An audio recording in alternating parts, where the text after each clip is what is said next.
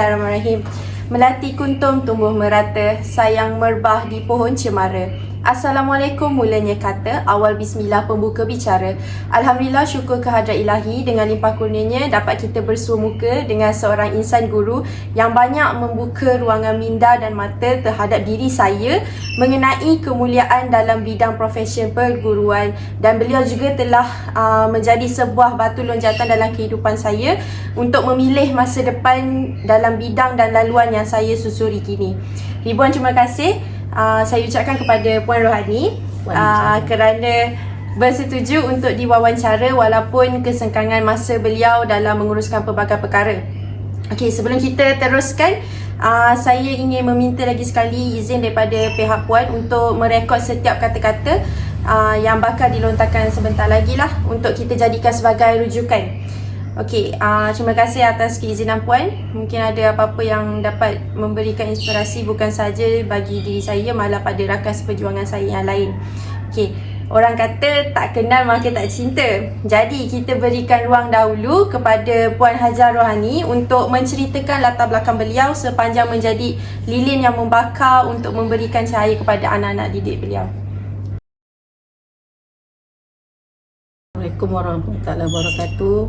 Alhamdulillah, setelah saya pencen selama setahun, akhirnya ada juga masih ada insan yang ingin menginterview saya, menemu bual setelah lama saya duduk di rumah lah, tidak bekerja dan pencen.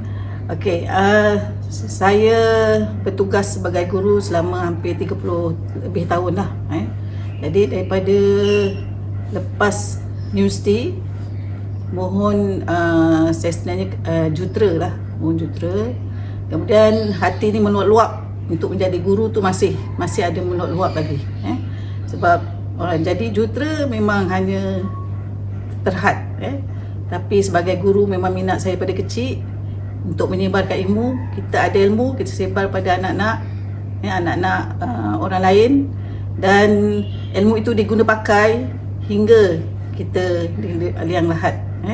Dan panggilan guru tu sampai kita di liang lahat pun dipanggil. Jadi sangat murni tugas guru tu. Jadi saya mengambil keputusan untuk mengambil bidang perguruan, ambil diploma pendidikan dan menjadi guru. Dan akhirnya saya bekerja di Kolej Vokasional Keluang, Kolej Vokasional Keluang daripada guru biasalah. Kemudian mengajar binaan bangunan, kejuruteraan awam, dan ada juga sampingan-sampingan lah, mengajar bahasa Melayu, geografi masa tu, bahasa Inggeris pun ada, dan paling utama sekali matematik. Memang saya ada ajar matematik lah banyak. Masa tu guru matematik kurang. Jadi selepas itu saya ditawarkan menjadi guru kanan, guru media, dan akhirnya mohon untuk ambil master di Universiti Melaya, dan keluar daripada master tu, selepas graduat saya ditawarkan untuk jadi penolong kanan, dan akhirnya menjadi pengarah Kolej Vokasional. Pengarah pertama saya dihantar ke Kolej Vokasional IRT Azizah di Johor Bahru. Di situ memang banyak pengalaman lah, pengalaman sebagai pengarah yang kalangan IRT Azizah tu ramai yang daripada kalangan guru-guru perempuan, anak murid ni pun anak murid perempuan. Jadi cara saya daripada seorang jutera tu jadi guru jutera, jadi berubah sedikit, jadi feminin. Kemudian saya berpindah ke Kolej Vokasional Keluang lah, sehinggalah saya pencen pada tahun 2022. Saya baru pencen lah setahun. Alhamdulillah.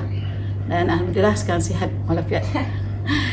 Itulah, memang tak dinafikan lagi lah bahawa seorang pendidik ni bukan dari calang-calang orang, dan saya yakin ramai yang memegang jasa daripada ilmu yang telah dilontarkan sepanjang beliau berkhidmat menjadi seorang guru. Jadi saya tertanyalah, boleh ke Puan kongsikan apa yang membuatkan Puan ingin menjadi seorang guru? Kalau macam saya, daripada pemerhatian lah kita timbul rasa minat, rasa kagum terhadap seorang guru tu, macam mana guru tu menyampaikan ilmu dan memberikan sepenuh tanggungjawabnya terhadap anak-anak dan para pelajar untuk masa-masa yang akan datang.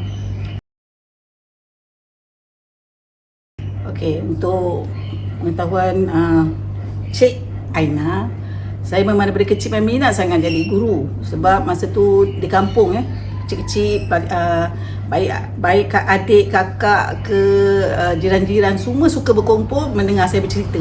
Dia semua bercerita, cerita kisah-kisah dalam novel-novel. Saya baca buku novel masa kecil pun dah baca buku-buku ceritakan balik kepada mereka. Jadi mereka tu semua bukan orang yang ada berada lah, semua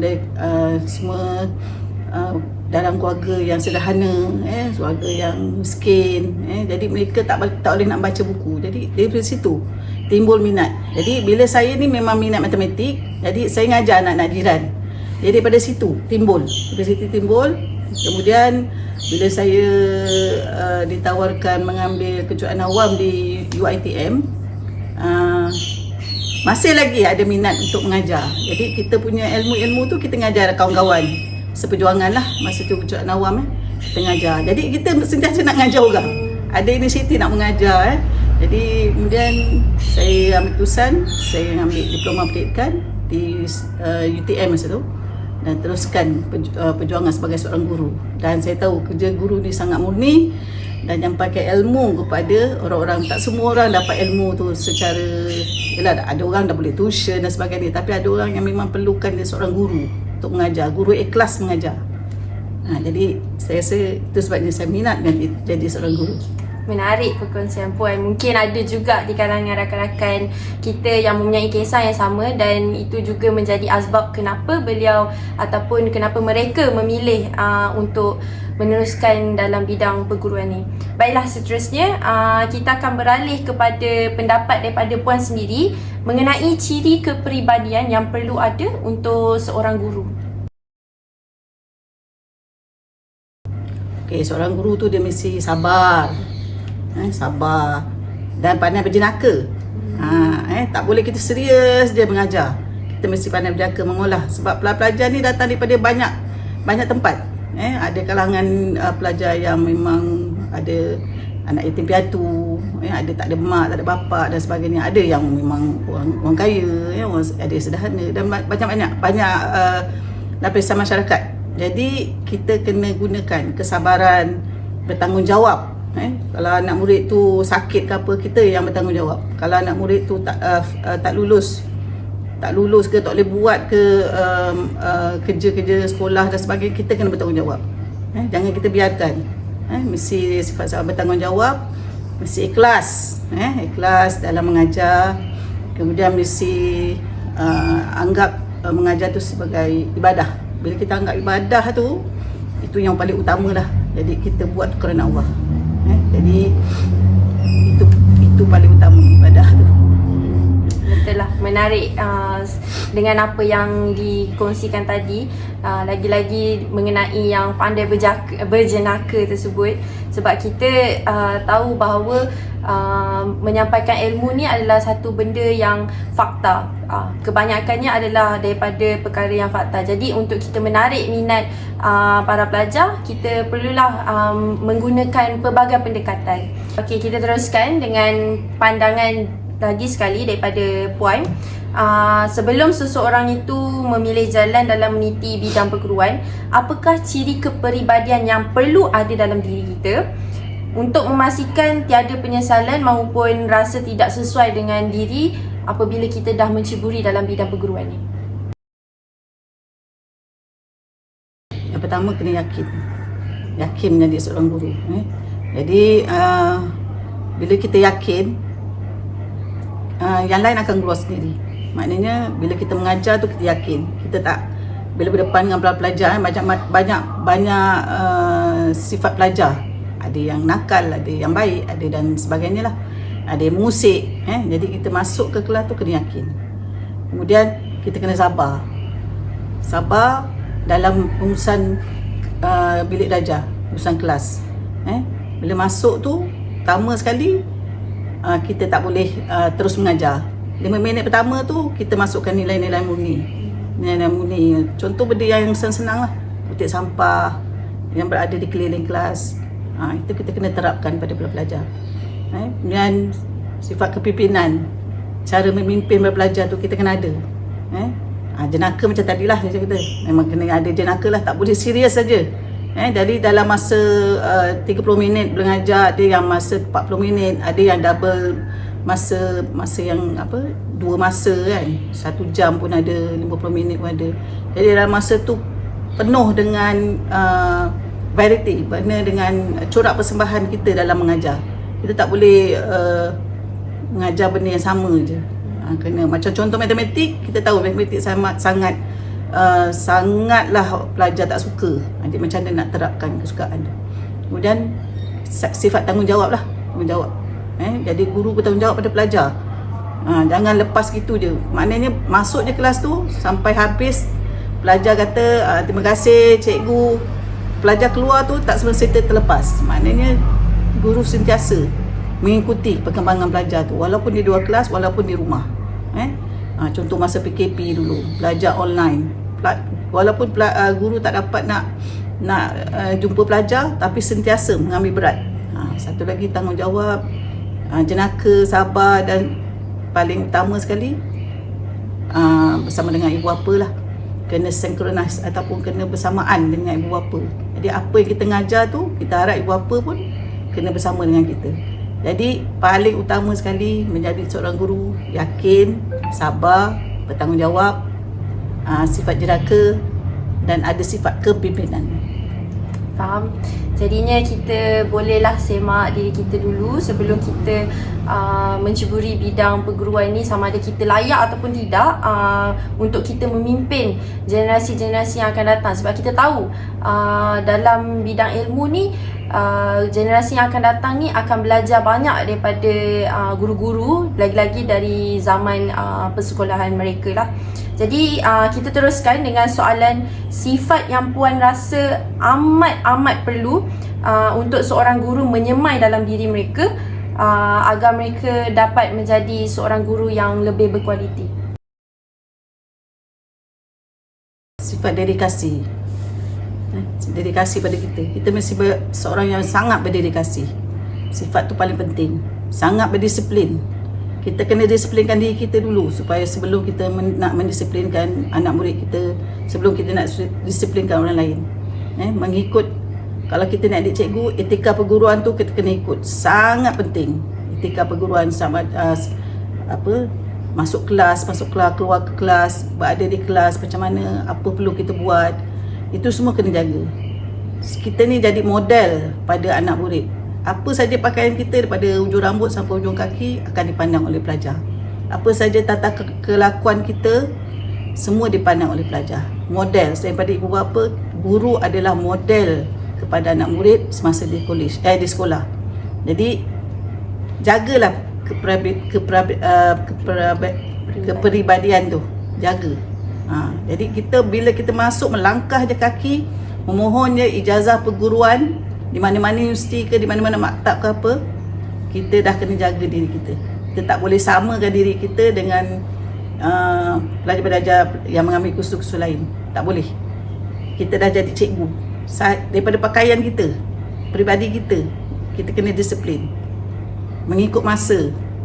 Kita belajar mengikut masa, masuk kelas ikut masa.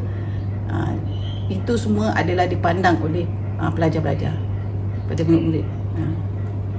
Baiklah, setiap apa yang diperkatakan tadi bolehlah kita highlightkan dan diguna pakai untuk menambah baik diri kita juga sebagai seorang pendidik, supaya kita tidak dipandang serong atau tidak dipersoalkan sama ada kita ini layak ataupun tidak menjadi seorang yang boleh menyampaikan ilmu. Jadi kita beralih pula kepada soalan yang perlu ditekankan untuk mengelakkan bakal pendidik ni mempunyai sifat maupun kelakuan yang negatif, iaitu ciri kepribadian yang puan rasa tidak boleh dan tidak boleh sama sekali lah, maupun tidak sepatutnya ada pada seorang guru. Malas, curi tulang, malas. Daripada sekarang lagi kita tak boleh malas lah. Masa belajar ni, masa ambil kursus perguruan ni, dah tak boleh malas dah. Kena rasa kita nak jadi cikgu. Kemudian jangan curi tulang lah. Maknanya jangan curi masa mengajar. Kalau dah dalam kelas tu di satu masa tu ialah 30 minit, 30 minit tu gunakan penuh optimum. Itu paling sekali yang kita kena jaga. Sebab nanti dipersoalkan di akhirat esok. Jaga masa. Kemudian kita anggaplah anak orang tu macam anak kita ngajar. Kita ngajar seperti macam kita ngajar anak kita. Jadi itulah yang saya boleh terapkan lah.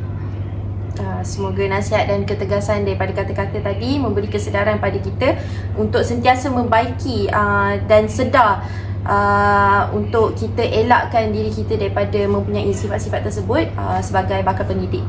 Jadi kalau Puan perhatikanlah pendidik zaman sekarang, apakah harapan yang Puan sematkan mengenai kepribadian yang bakal-bakal guru akan datang ni? Kalau kita tengok guru dulu dan guru sekarang, memang banyak beza. Guru dulu dia memang mengajar, memang anggap macam anak dia mengajar. Mereka mengajar bukan setakat di dalam kelas, sampai luar kelas, sampai di rumah. Mereka tetap mengambil berat anak-anak murid. Tapi guru sekarang mereka datang mengajar balik. Tak ada rasa tanggungjawab. Jadi itu yang saya kata tadi, tanggungjawab. Dan anggap pelajar tu, setiap pelajar yang dia ajar tu jadi tanggungjawab mereka dan tidak dipersoalkan di akhirat esok. Kalau kita beri ilmu tu tak cukup, memang akan dipersoalkan di akhirat esok. Jadi pelajar yang datang ke sekolah ni semua anggap macam kertas putih. Kertas putih kita yang corakkan.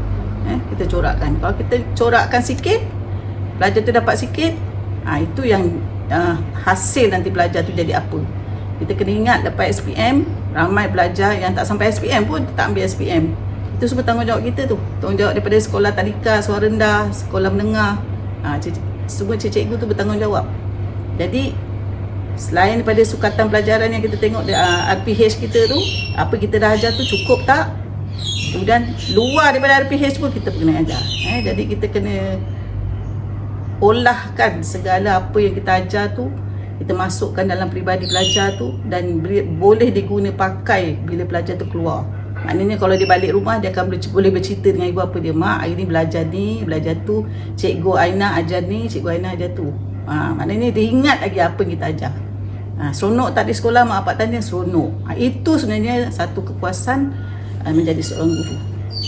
Baiklah. Okey, selain itu, boleh ke Puan berikan sepatah dua kata untuk menasihati kami bakal pendidik menghadapi cabaran-cabaran yang akan datang, sebab kita tahu masa-masa yang akan datang ni kita akan menempuh dengan pelbagai cabaran, bukan sahaja daripada para pelajar tu sendiri, malah daripada masyarakat luar juga, macam ibu bapa ataupun masyarakat-masyarakat yang sering memandang seronglah terhadap pendidik ni. Yang pertama, saya nasihatkanlah kepada pelajar-pelajar yang bakal menjadi guru. Yang pertama, jaga disiplin diri dulu. Jaga diri itu dulu. Nak berhadapan dengan masyarakat luar ni, nak berhadapan dengan anak murid, nak berhadapan dengan ibu bapa, nak berhadapan dengan masyarakat luar. Jadi diri kita dulu jaga. Disiplinkan diri.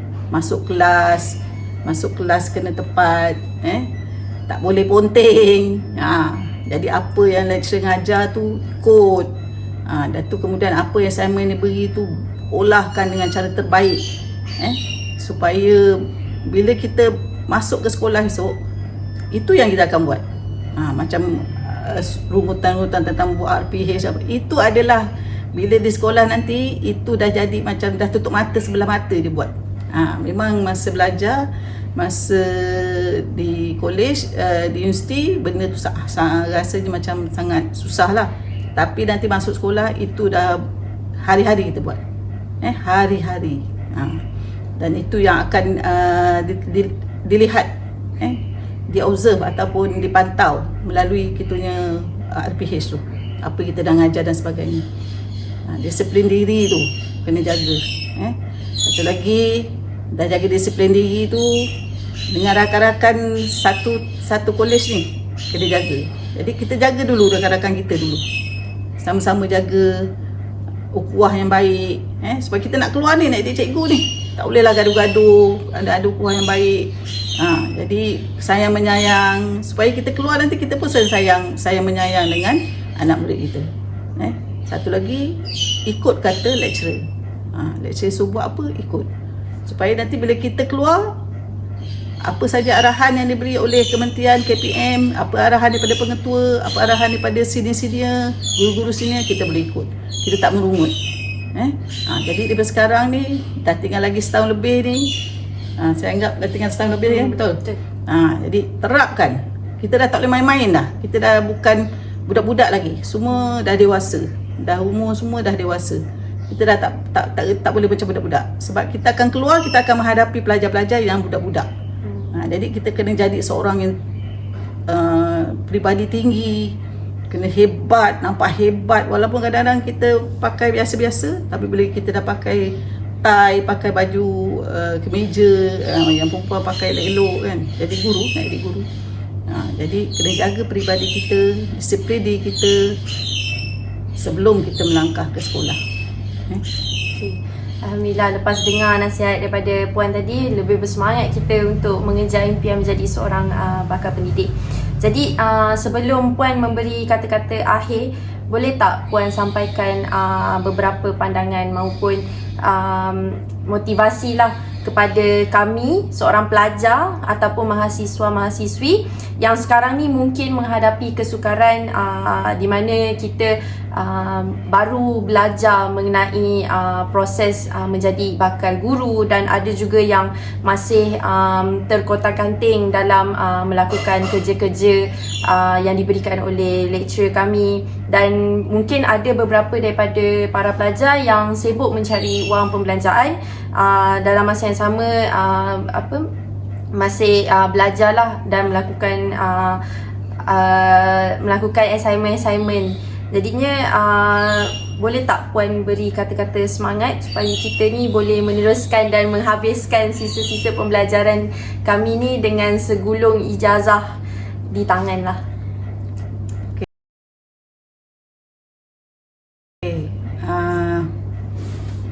Nak jadi mahasiswa-mahasiswi ni memang daripada dululah, daripada zaman-zaman saya, zaman-zaman kita punya atuk nenek yang belajar dulu, semuanya ada dugaan, ada cabaran. Jadi saya nasihatkan, apa saja cabaran tu kita kena tempuh. Kena ingat kenapa orang lain boleh, kenapa kita tak boleh. Kena ingat yang tu.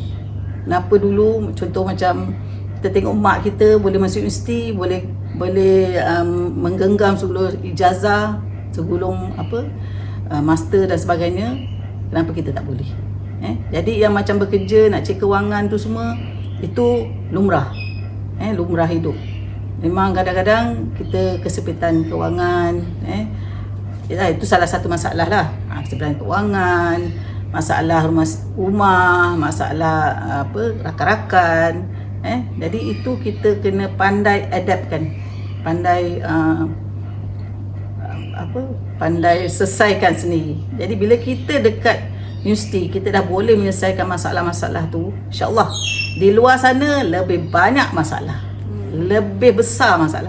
Kita rasa macam kat universiti tu kita rasa masalah lah, ni lah, lecturer lebih banyak lah, kerja apa semua. Tapi nanti di luar, hari-hari sampai malam pun buat kerja. Itu semua saya dah hadapi. Semua cikgu, semua dah hadapi benda-benda tu. Jadi jangan merungut. Ini adalah secebis atau orang sikit masalah. Nanti bila di luar, kita akan dihantar, dipostingkan, contoh ke Sabah Sarawak, contohlah ke ulu-ulu mana, ke tempat Freda yang turut jalan tak boleh keluar dan sebagainya. Jadi bila dekat universiti kita dah boleh tempuh benda tu, bila di luar kita dah boleh menyahut cabaran tu semua. Jadi kena ingatlah, saya mengharapkan mahasiswa semua supaya anggap semua dugaan, cabaran apa saja yang perlu masalah ditempuh tu, tempuh dengan yakin dan sabar. Kena ingat di luar sana nanti lebih banyak.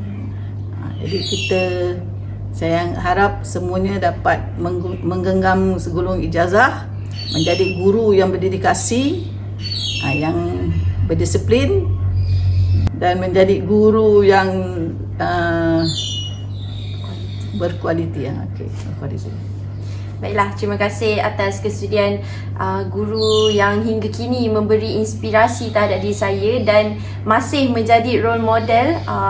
Lebih-lebih lagi dalam saya ingin mengejar cita-cita saya menjadi seorang guru yang profesional seperti beliau lah.